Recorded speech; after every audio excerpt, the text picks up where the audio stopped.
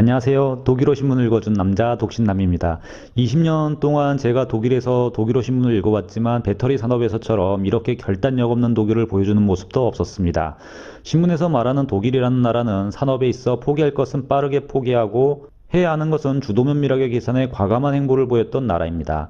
그런데 4차 산업혁명 시대 들어 산업 생태계에 있어 필수 요소인 배터리에 관해서는 독일 기업 모두가 주저하는 모습을 보여주고 있었습니다. 신문을 읽어보면 독일은 배터리 시장을 두고 자주 한국을 비롯 아시아를 두려워하고 있는 모습을 보이는데요. 배터리 분야가 독일 산업에 큰 스트레스로 작용을 하고 있는 듯 보입니다. 이런 이들의 산업 현장의 분위기를 보여주는 기사가 있습니다.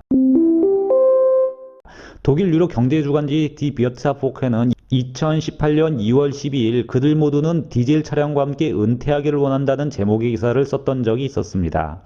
여기서 그들은 독일 자동차 및 부품 소재 업계의 경영진을 가리킵니다. 기사는 서두 부분에서 독일은 배터리셀에 대한 노하우와 그 접근이 자동차 산업 생존을 위해 중요함에도 독일에는 전기 자동차를 위한 배터리 생산 라인이 없다고 말을 하고 있습니다.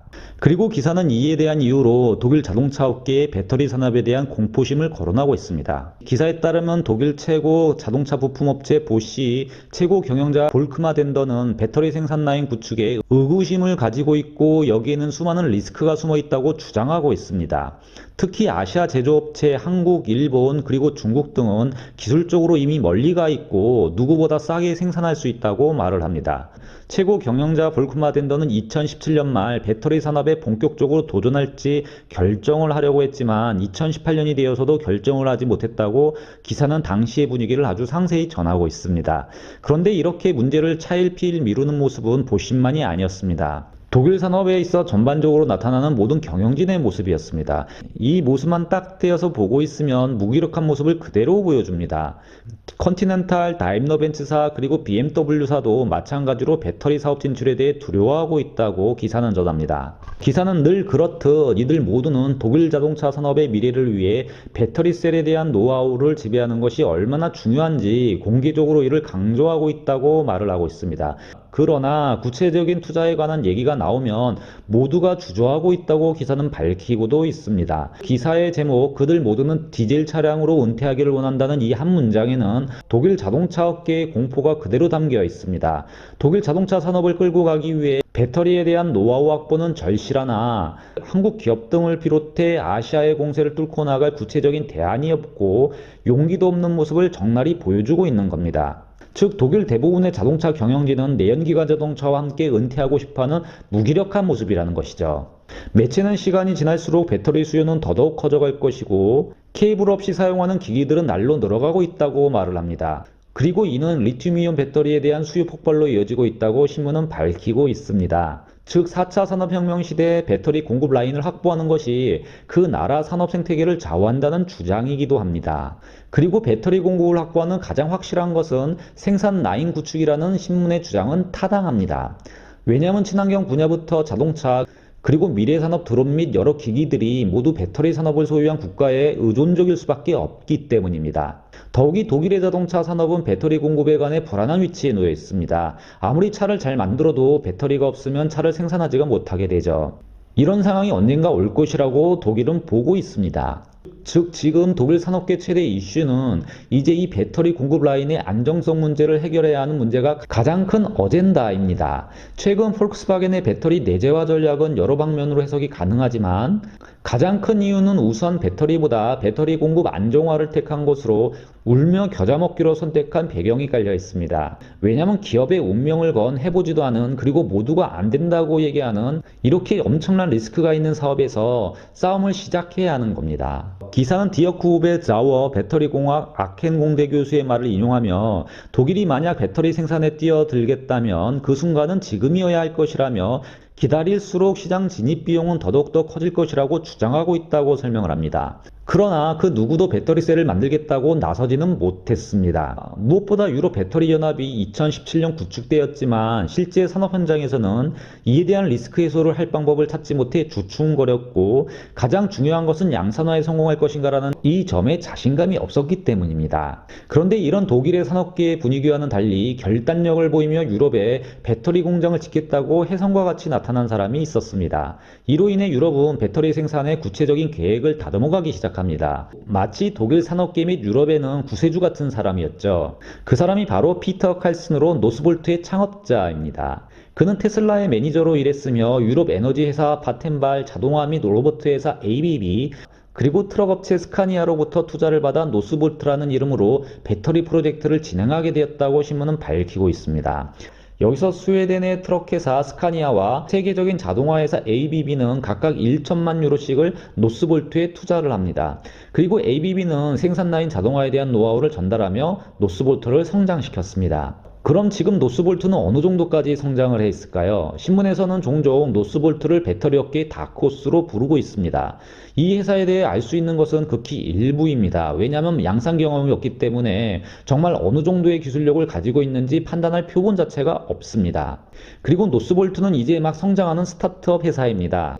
한 스타트업 기업이 제품에 대한 특별한 특허와 기술력이 있다고 해도 이를 양산할 수 있는 것은 다른 문제고, 대부분의 스타트업 기업이 그렇듯 고차원적인 생산품을 대량 양산으로 바로 들어가는 것은 현실적으로 불가능합니다. 그런데 노스볼트의 대주주로 있는 폴크스바겐은 무모하게도 이를 하겠다고 지금 나서고 있는 형국이죠. 아마 망할 겁니다. 생산 노하우도 없는 스타트업에게 지금 조 단위의 돈을 투자해 배터리 가치 어려운 산업 제품을 생산하도록 하고 있으니 제정신이 아닌 거죠. 그런데도 한 가지 질문이 생깁니다. 노스볼트는 스타트업 업체임에도 어떻게 거액의 투자를 받았을까요? 독일 언론에 따르면 노스볼트는 스타트업 기업이지만 폴크스바겐, 지멘스, ABB, 스카니아, BMW, 금융업체 골드만삭스, 그리고 사모펀드 등 세계 유수기업들로부터 수억 유로의 투자를 받아왔습니다. 2019년 폴크스바겐만 홀로 짤츠기터 공장을 노스볼트와 같이 짓기 위해 9억 유로를 투자했고요. 하나로 1조 이상이 되는 거죠. BMW도 투자했습니다. 2020년 9월에만 연구비 및 대량 생산 준비를 위해 6억 달러를 또 투자받았습니다. 바로 여기에 사모펀드와 폴크스바겐 그리고 스카니아가 투자를 했죠. 노스볼트는 놀랍게도 2016년에 설립되어 불과 4년 만에 총 4조 2천억 원이 넘는 돈을 투자받거나 대출을 받으며 자금을 조달해 왔습니다. 어떻게 한 스타트 업체가 이렇게 엄청난 거액의 자금을 끌어들일 만큼 확신을 줄 수 있었을까라는 질문이 생깁니다.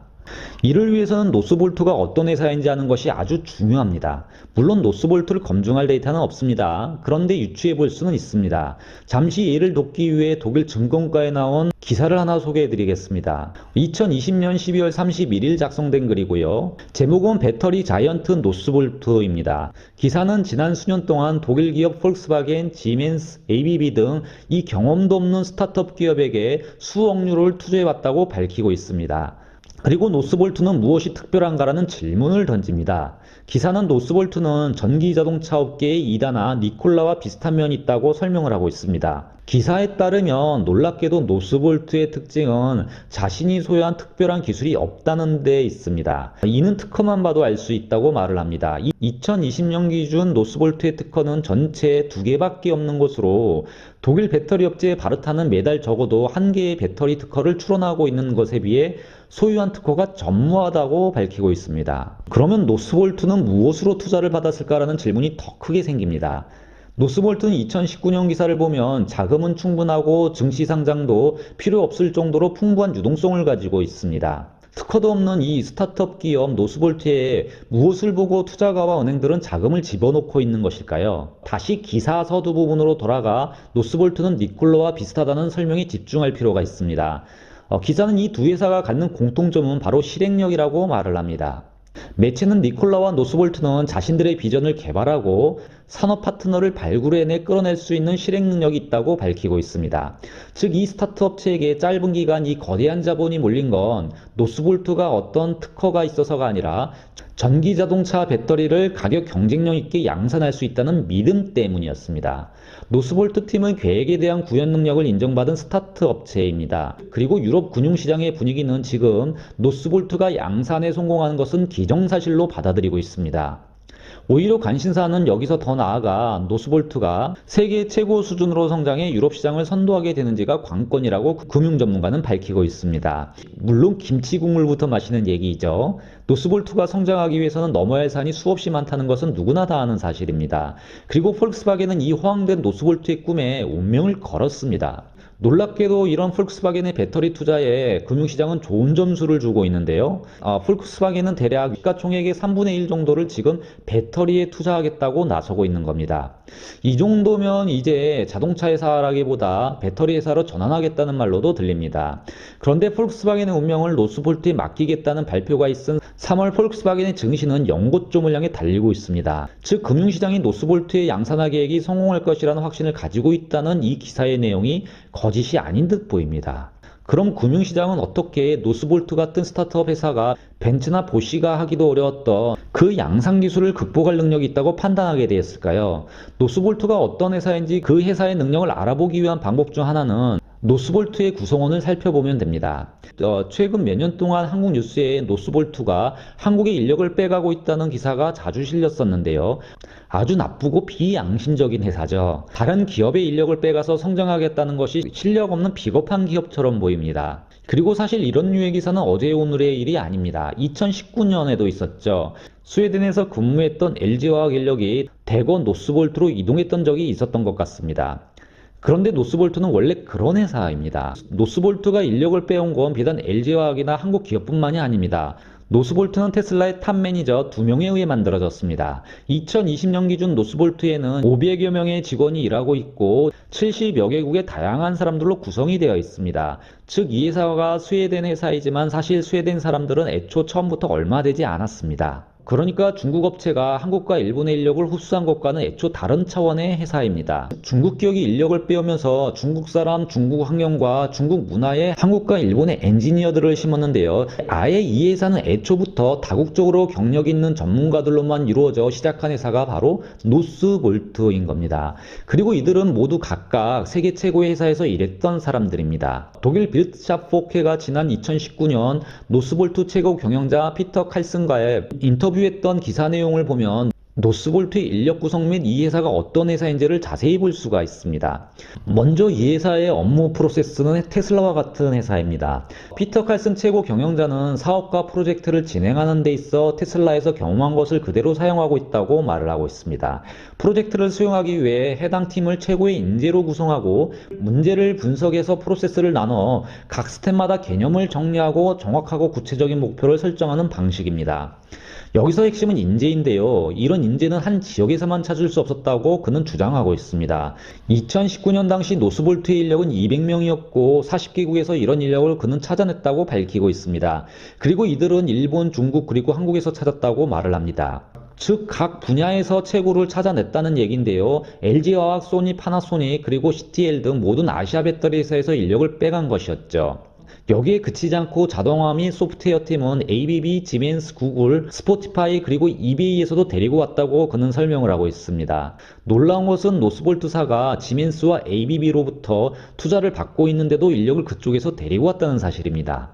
아군 적군 가리지 않고 필요하다면 다 뽑아갔죠. 그리고 이런 자신들의 비양심적인 HR 정책을 노스볼트는 대놓고 공개적으로 밝히고 있습니다. 그러기에 한국 언론의 최근 보도가 그리 새로운 것은 아니죠. 앞에서 말씀드린 것처럼 노스볼트는 그냥 원래 처음부터 그런 회사입니다. 피터 칼슨 최고 경영자는 여기에서 한 걸음 더 나아가 테슬라에 있던 동료들을 고용했다는 말까지 서슴없이 합니다. 이들은 모두 배터리 시스템에서 일하는 사람들이었다고 그 업무 내용도 밝히고 있죠. 즉 밸류체인을 만들고 양산기술, 배터리 시스템, 생산 자동화 및 디지털화 등 이에 대해 노하우가 있는 인력으로 구성된 회사가 바로 노스볼트입니다. 그리고 이들은 테슬라 방식으로 일을 하고 있죠. 그리고 노스볼트는 지금 시장 점유율 25%까지 커버하는 것도 불가능한 것이 아니라고 말하고 있죠. 터무니없이 들립니다만 금융시장이 판단하는 것처럼 양산화가 시작되면 노스볼트는 유럽의 배터리 공급을 쉽게 할 수 있고 점유율도 빠르게 올릴 수가 있다는 장점이 있습니다. 이미 폴크스바겐은 15조 이상의 선주문을 넣었습니다. 그리고 지금 유럽의 배터리 시장은 공급보다 수요가 많은 상태이기 때문에 어쩌면 LG화학처럼 오랜 기간 적자에 시달리지 않을 수도 있습니다. 당연 넘어야 될 산이 많죠. 그리고 이때 노스볼트의 약점이 나오게 될 겁니다. 먼저 수율이 문제입니다. 노스볼트의 제품에 문제가 있을 수도 있습니다. 그리고 배터리 생산을 위한 자원 확보 및 중간재 등 가치 사슬이 제대로 작동할 수 있느냐 이런 문제도 남습니다. 그런데 지금은 이에 관해 평가할 표본이 없기 때문에 여기까지 판단할 수는 사실 없습니다. 차라리 우리 입장에서는 글로벌 금융시장이 믿고 있는 것처럼 노스볼트가 양산할 수 있다고 생각하고 이에 대해 전략을 짜두는 것이 한국 배터리 산업을 위해 훨씬 스마트한 것 같습니다. 물론 LG나 SK인노베이션처럼 좋은 품질의 배터리를 공급할 수는 없을 겁니다. 그런데 노스볼트는 처음에 품질보다 가격 전략으로 시장에 다가가려는 것 같습니다. 독일 유럽 경제일간지 한데스블라트는 노스볼트사는 1kWh에 $100 미만으로 공급할 계획이라고 밝혔습니다. 그리고 $100 미만이라면 내연기관 자동차하고도 경쟁할 수 있는 가격으로 떨어진다고 신문은 주장을 합니다. 현재 테슬라가 어느 정도의 단가로 배터리를 생산하는지 알 수는 없습니다. 단 매체에 따르면 시장은 대략 $120 정도 생산을 하고 있는 것 같다고 예측을 하고 있습니다. 결국 치킨 게임으로 갈 수 있고 한국 업체들은 이에 대해 대비하고 있을 겁니다. 한국 입장에서 가장 좋은 것은 그 시기가 다가오기 전까지 가능한 많은 비용 발생 요소를 제거하고 생산 라인을 혁신화해서 이보다 더 좋은 가격으로 한국 배터리를 공급하며 이익을 창출하는 구조를 만들어가는 것이겠죠. 노스볼트는 2024년부터 독일 짤츠기트에서 생산을 시작할 계획입니다. 2025년에는 아마도 본격적으로 노스볼트의 기술력을 판단할 수가 있겠죠.